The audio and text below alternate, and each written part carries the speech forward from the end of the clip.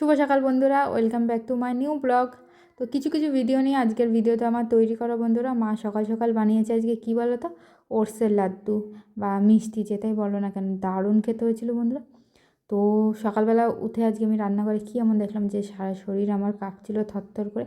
তো সেটাই আজকে আমি তোমাদের সাথে শেয়ার করব বন্ধুরা।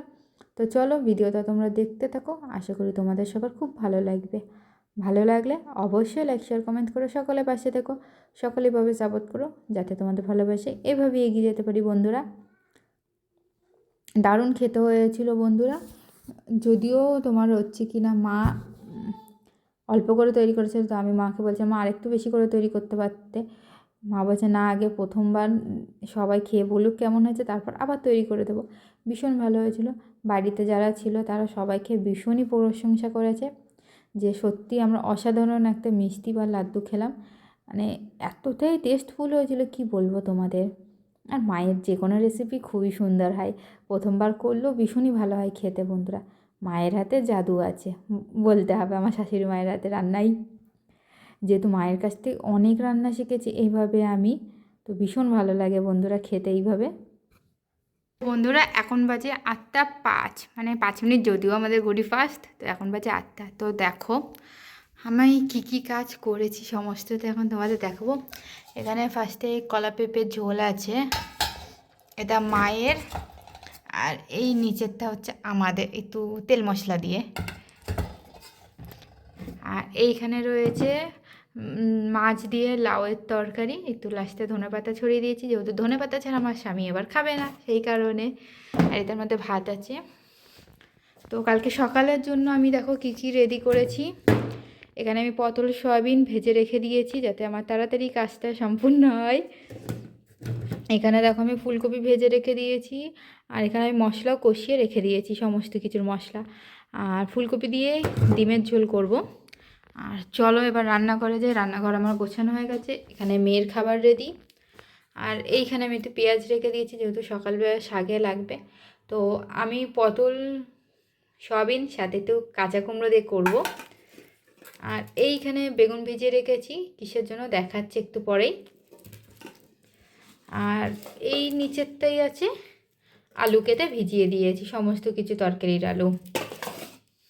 আর এই পাশে দেখো পালং শাক বাড়ি থেকে তোলা হয়েছে, বাড়ির পালং শাক, সাথে মূলো, গাজর আর পাকা কুমড়ো, এই দিয়ে হবে একটা ঘ্যাট।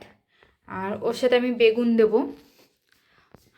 এই যে আমার সমস্ত কিছু রেডি। তো লাউ বের করে রাখা আছে, লাউটা সকালে কাটবো, এখন যেহেতু ভীষণ ঠান্ডা তো লাউটা এখন আর কাটবো না। তো এই ভিডিওটা হচ্ছে আমার 2 দিন আগেকার ভিডিও। তো এখন সকাল 8টা বাজে, তো আমি রান্নাঘরে সমস্ত কিছু গুছিয়ে চলেছি। তো এখানে দেখতেই পাচ্ছ কি কি রান্না হয়েছে দেখো।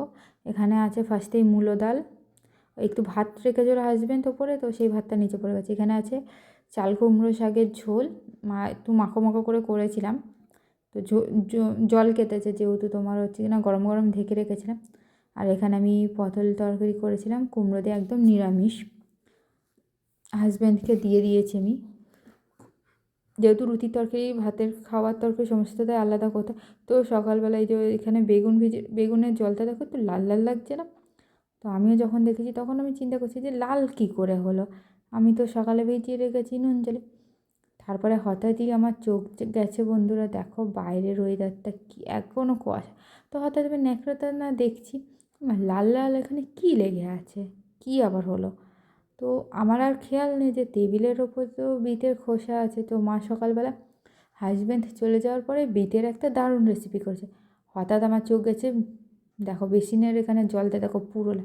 তো হঠাৎই আমার না গাতে কেমন করে উঠলো, মানে মাথাতেই ছিল না যে তোমার হচ্ছে কি না মা বিটের রেসিপি করেছে, এখানে ওখানে হাত ধুয়েছে, এখানে ওখানে সব করেছে।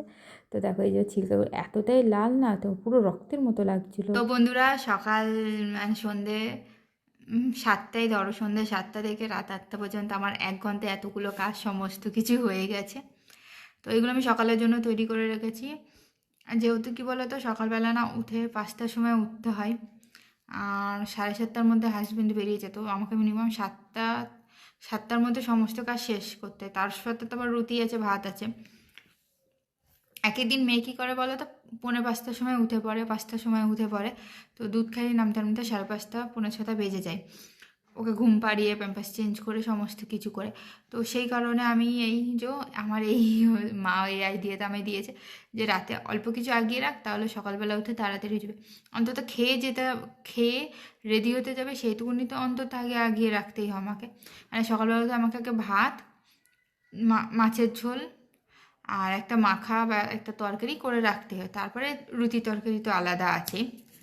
তো এইভাবে চলছে বন্ধুরা। তো আজকের মতো ভিডিওটা এতদূর পর্যন্তই। ভালো লাগলে অবশ্যই লাইক শেয়ার কমেন্ট করে সকলের পাশে থেকে সকলে এভাবে সাপোর্ট করে, যাতে তোমাদের ভালোবাসে এভাবে এগিয়ে যেতে পারি।